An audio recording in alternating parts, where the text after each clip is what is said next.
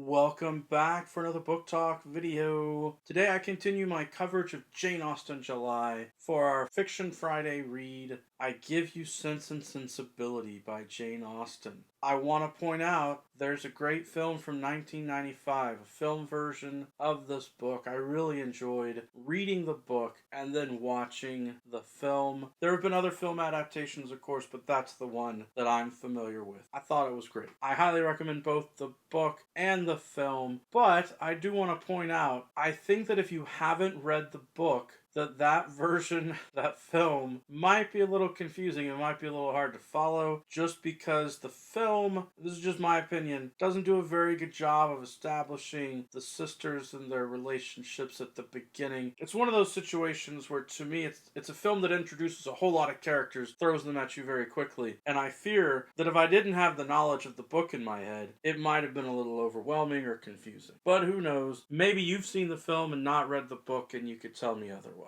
The book itself was written in the early 1800s. I want to say it was published somewhere around 1811. So we're dealing with that time period at the end of the 1700s, the beginning of the 1800s. And as happens in many of the Jane Austen novels, we have a romantic intrigue situation. We have a family that is dealing with the fact that financial stuff, whether it be real estate, land titles, money in general, when a man dies, it gets passed down to a male heir. We see this again and again with Jane Austen's books, and the women in society really suffer from this because money is so important to our lives that they need the money. They're not being given the money. And what happens here is the story of these women is that their father had a son from a previous marriage. Their mom is actually his second wife. And the son from the first marriage is inheriting when the father dies. He's getting the estate. He's getting all the stuff. Now, granted, their father asked him to provide for them, to support them. But he has this greedy wife named Fanny who somehow is persuasive enough to basically convince him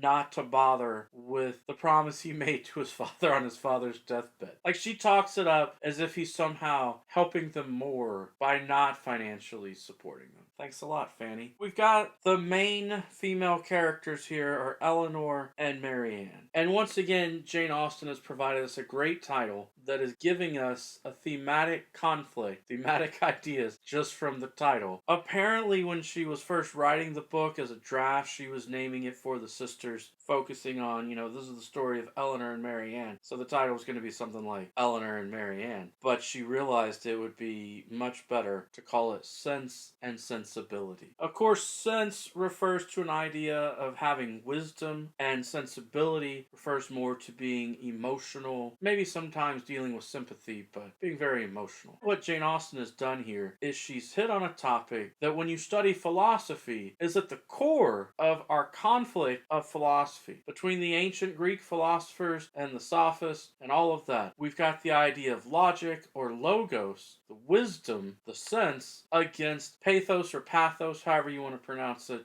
which is the Greek root path, which is how we get the word pathetic. Pathetic means full of emotion. Pathos or pathos is emotion. We've got logic versus emotion. We've got wisdom versus being overly emotional. Wow. This is a great conflict for any story. We've got one of the sisters who tries to use more patience and common sense and wisdom in her dealings with other people, and especially with romantic affairs. And then we've got the younger sister who is more passionate and more prone to just give in to her feelings and run with other people's feelings and be more trusting of them and all of that. This creates a situation where, as they are coming of age and they are looking at who they're going to marry, which is really important to them, there are different men who enter their lives. And I don't want to give you spoilers, but not all of these men are the best people in the world. And because there's also this financial theme that's going on through the story, there's some financial conflicts that come along with the romance and love affairs. And if you're reading Jane Austen, you should expect that. There are people who are potentially going to get engaged or not engaged based on other people's money, their financial status, their social status that comes from their financial status. And also, as you should expect with any good Jane Austen novel, we've got twists and turns with surprise information that's been withheld from our main character or characters or the whole family. So that, of course, will all come to a head eventually. And what I want to say about this book is, first of all, I highly recommend it. As I was saying earlier, the book is great. That 1995 film version is great as well. But I would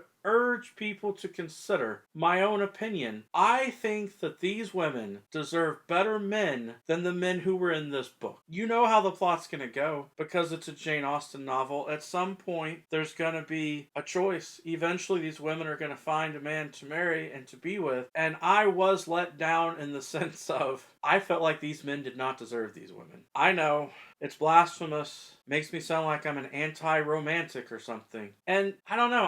I felt like these men were not good quality men. Even with their excuses. Even with the things that happen. But maybe I'm just biased. Alright, that's it for my book talk today. Feel free to tell me that I'm wrong down in the comments below, to disagree with me. Tell me what you love about Jane Austen, what you're reading for Jane Austen July, what you think about these romantic intrigue stories. Every day is a good day for a book talk. Peace.